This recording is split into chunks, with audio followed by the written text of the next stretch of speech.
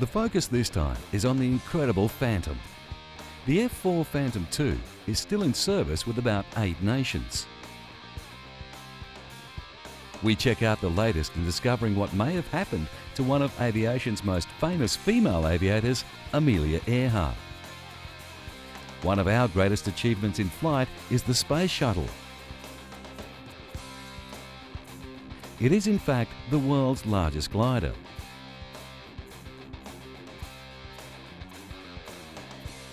We take a look at the test program of this most incredible machine.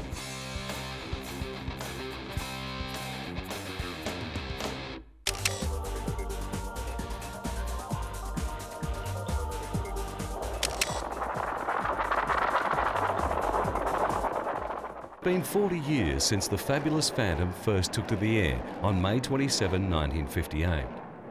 The F-4 Phantom II aircraft, which still flies in defence of 8 nations, was retired in 1996 from US military forces, ending a record-studded 38-year career.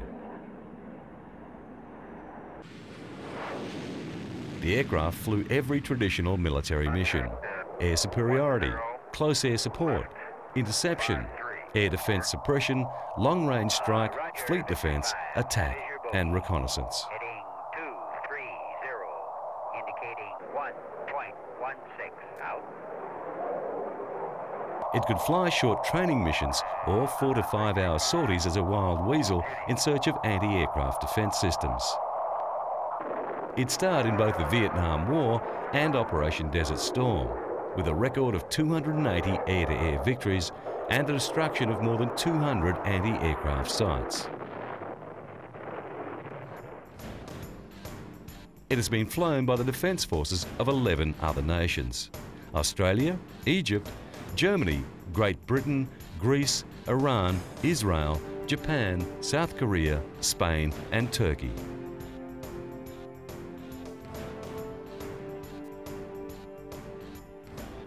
From 1958 to 1979, when the production line stopped, a total of 5,195 F-4 Phantom II aircraft were built.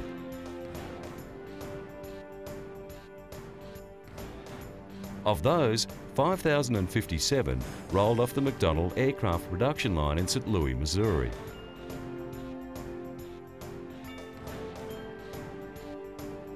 The 21-year production run was the longest on record until surpassed by the F-15 Eagle, which has now been in production 26 years. The two-place twin-engine supersonic F-4 Phantom II flew at Mach 2 and could carry a payload of up to 16,000 pounds of bombs, rockets, missiles and guns.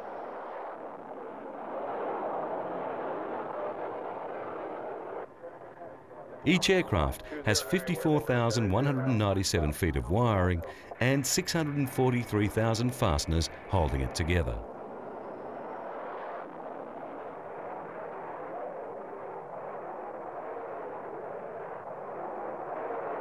More than 800 F-4 Phantom II aircraft are still on active duty with the defence forces of 8 nations: Egypt, Germany, Greece, Israel, Japan, South Korea, Spain and Turkey. Almost 100 Phantoms that have been converted into QF-4 drones and missile targets still serve the US Navy and Air Force. Contact at 10, left 53. Israel, Japan and Germany have upgraded their Phantoms with new avionics and capabilities. Greece awarded an avionics upgrade contract to Daimler-Benz of Germany in 1997.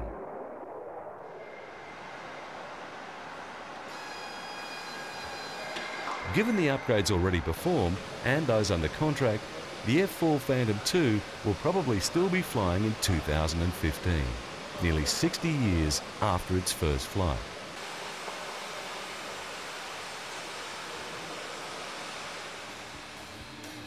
A common denominator of the past naval aircraft, and perhaps even tomorrow's naval assault aircraft, is the Vulcan cannon. The M61 20mm Vulcan is an externally powered 6-barrel rotary firing gun, having a rate of fire of up to 7,200 SPM. The 6 rotating barrels contribute to long weapon life by minimising barrel erosion and heat generation. The gun's rate of fire, essentially 100 rounds per second, gives the pilot a shot density that will enable a kill when fired in 1-second bursts. The M61 20mm cannon is a proven gun, having been the US military's close-in weapon of choice dating back to the 1950s.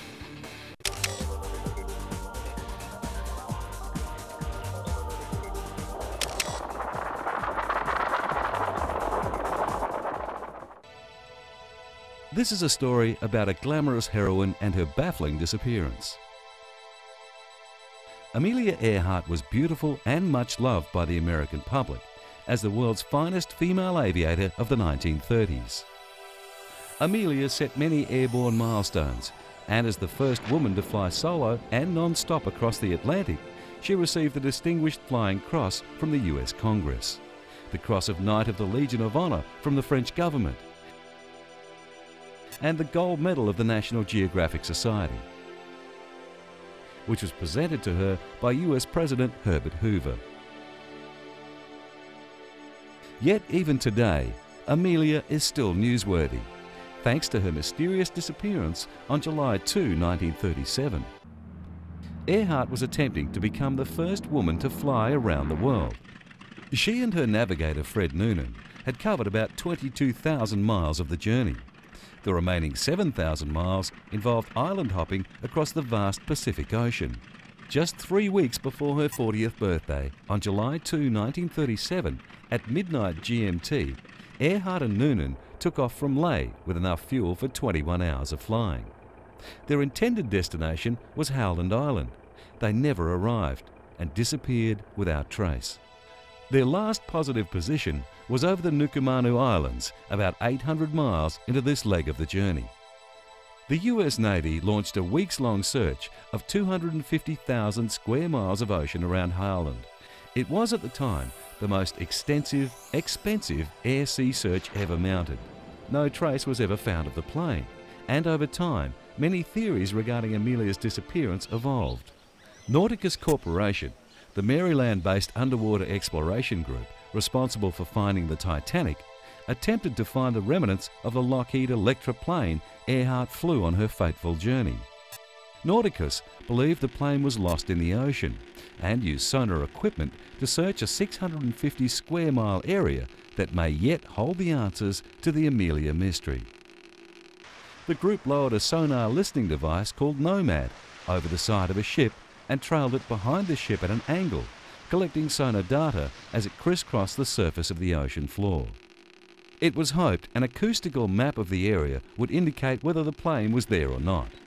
But the $3 million search was plagued with technical difficulties linked to the extreme depth of the water and was eventually called off.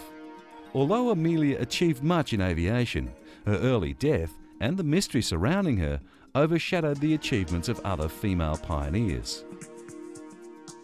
Among them was Amelia's friend Jackie Cochran, who died on August 7, 1980. Her aviation accomplishments never gained the continuing media attention given to Amelia Earhart. Nonetheless, Jackie Cochran ranks as one of the greatest aviators ever, and a woman who frequently used her influence to advance the cause of women in aviation.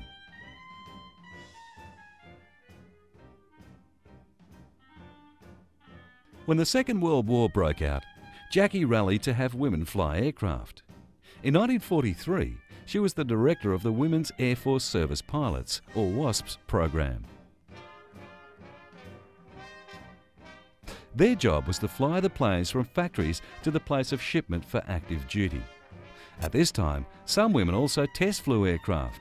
Here at the Grumman factory, women pilots are test flying the Hellcat. Thanks to this program, Jackie Cochran was awarded the Distinguished Service Medal for services to her country during World War II.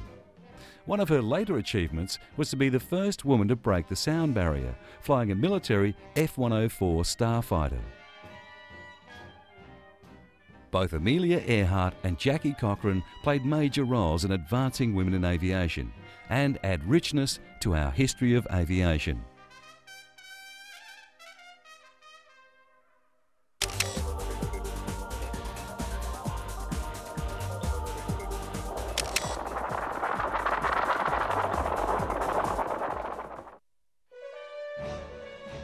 A space shuttle this may be, but it's also the world's largest glider.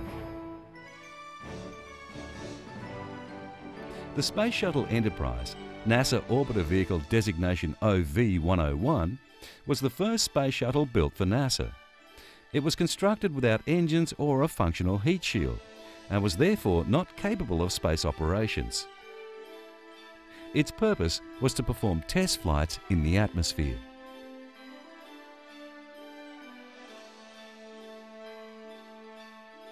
Two 747s were modified to captive carry the space shuttle. One is a 747 acquired in 1974 from American Airlines. The other is a 747 acquired from Japan Airlines in 1988. It first carried a shuttle in 1991.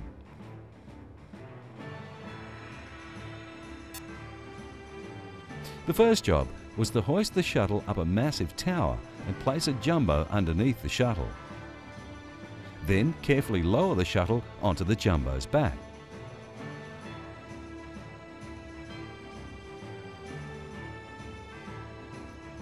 Captive carry refers to a flight by a mothership and spaceplane, rocket or missile paired together in a parasite aircraft configuration. The two are not separated in flight as would occur during an air launch. Captive carry flights are normally used to test out new aircraft before they are launched under their own power, as well as for transportation in the case of NASA ferrying operations for the Space Shuttle involving Boeing 747-100 shuttle carrier aircraft. Construction began on the first orbiter on June 4, 1974. Designated OV-101, it was originally planned to be named Constitution. However, a write-in campaign caused it to be renamed after the Starship Enterprise featured on the television show Star Trek. The design of OV-101 was not the same as that planned for OV-102, the first flight model. The tail was constructed differently, and it did not have the interfaces to mount OMS pods. A large number of subsystems, ranging from main engines to radar equipment, were not installed on this vehicle, but the capacity to add them in the future was retained. Instead of a thermal protection system, its surface was primarily fiberglass. These flight tests of Enterprise were crucial to the shuttle program. The shuttle had to be able to operate in space and, most importantly, carry out the glide around the world and land.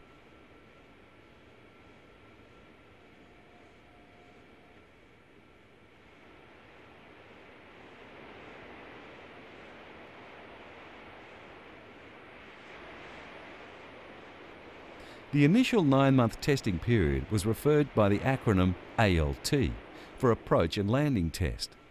These tests included a maiden flight on February 18, 1977, atop a Boeing 747 shuttle carrier aircraft to measure structural loads and ground handling and braking characteristics of the mated system. Ground tests of all orbiter subsystems were carried out to verify functionality prior to atmospheric flight. For all of the captive flights and the first 3 free flights, the orbiter was outfitted with a tail cone covering its aft section to reduce aerodynamic drag and turbulence.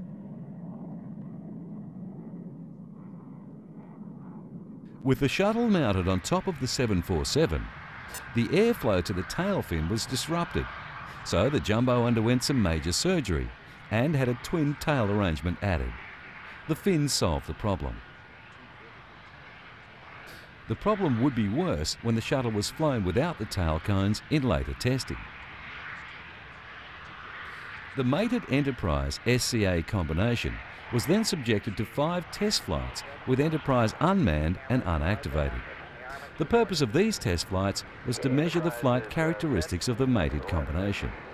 These tests were followed with 3 test flights with Enterprise manned in order to test the shuttle flight control systems.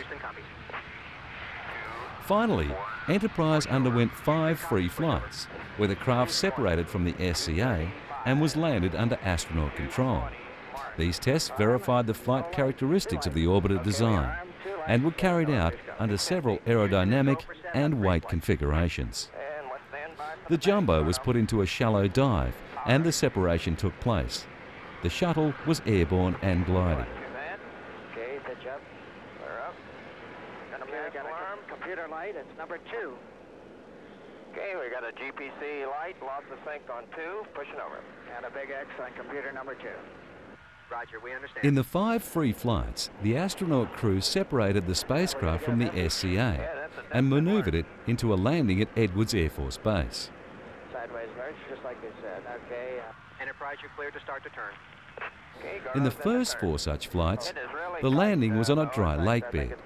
In the 5th, the landing was on Edwards' main concrete runway, under conditions simulating a return from space. The last 2 free flights were made without the tail cone, which is the spacecraft's configuration during an actual landing from Earth orbit. 200 feet, 290. Okay, the gear is coming down at 270. These flights verified the orbiter's pilot-guided approach and landing capability, also demonstrating the orbiter's subsonic terminal area management auto-land approach capability in preparation for the first manned orbital flight. The flights demonstrated the orbiter's ability to approach and land safely with a minimum gross weight and using several centre of gravity configurations. 185. Okay, speed brakes. Speed brakes are coming. Speed brakes are halfway up. We'll see you, babe. Okay, I got 130 knots. Okay, that's great. 120. With the completion of critical testing, Enterprise was partially disassembled to allow certain components to be reused in other shuttles. Then it underwent an international tour, visiting France, Germany, Italy, the United Kingdom, Canada, and the United States of California, Alabama, and Louisiana. On November 18, 1985, Enterprise was ferried to Washington, D.C., where it became property of the Smithsonian Institute. This is the last of the test flights, and it demonstrates the enormous strain this piggyback arrangement put on the tail section of the Jumbo. Here we see the shallow dive of the Jumbo and the separation of the shuttle. Body prep set. Good. Okay, pushing over. Okay. Okay, Joe, we're configured. Despite a small mistake by the pilot, which resulted in a bumpy touchdown, the flight was uneventful, and the series was closed and preparation for spaceflight went into full swing.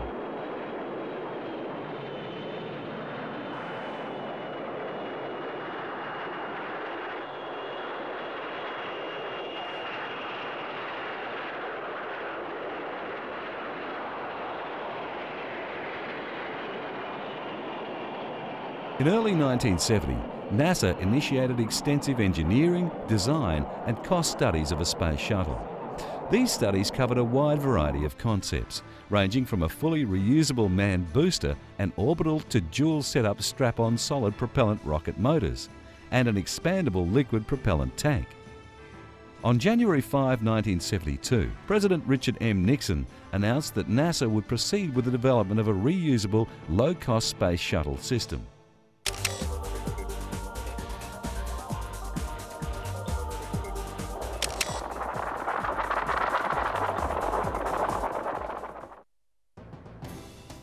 Now here is an interesting little aircraft. It's a Boeing spotter plane, and although designed for military purposes, it could have been used in many private sectors of aviation.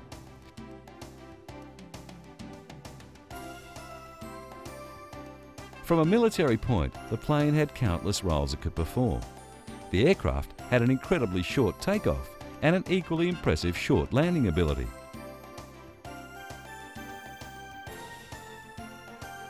Its stall speed was so low, it seems it could just hang in the sky. But it had another trick. When it was not in the air, it could be folded up.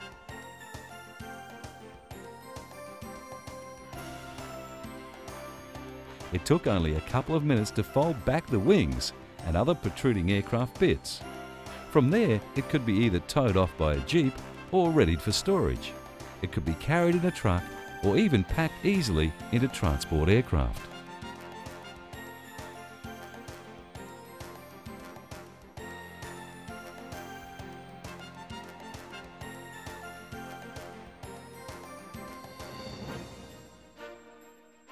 The design was simple but very effective, and the designers had done a complete job. There were restraints for everything, and everything worked properly. It was just a very simple little plane that was portable yet still flew exceptionally well. Although it must have been strange flying the craft knowing that it was designed to actually fold up.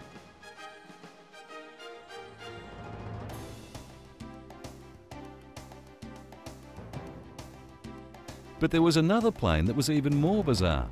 This is a fully inflatable aircraft.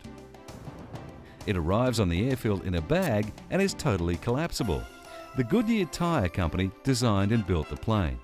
Basically, it's a winged powered balloon. If the fact that the aircraft looks strange put pilots off the concept, the very basic and rudimentary control devices surely must have put off many pilots.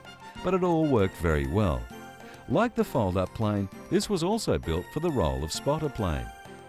These planes are examples of how aviation manufacturers approach a problem.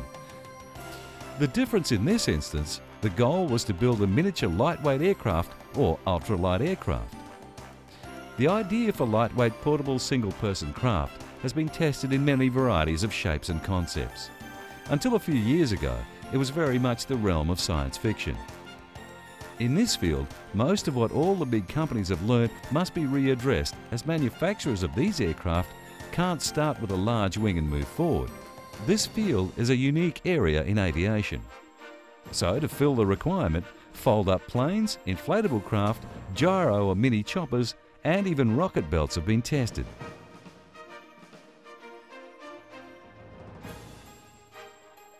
Today's powered hang glider, or as we term many aircraft today, the ultralight, is probably the most successful design, and its forefathers are found in the archives of the history of aviation.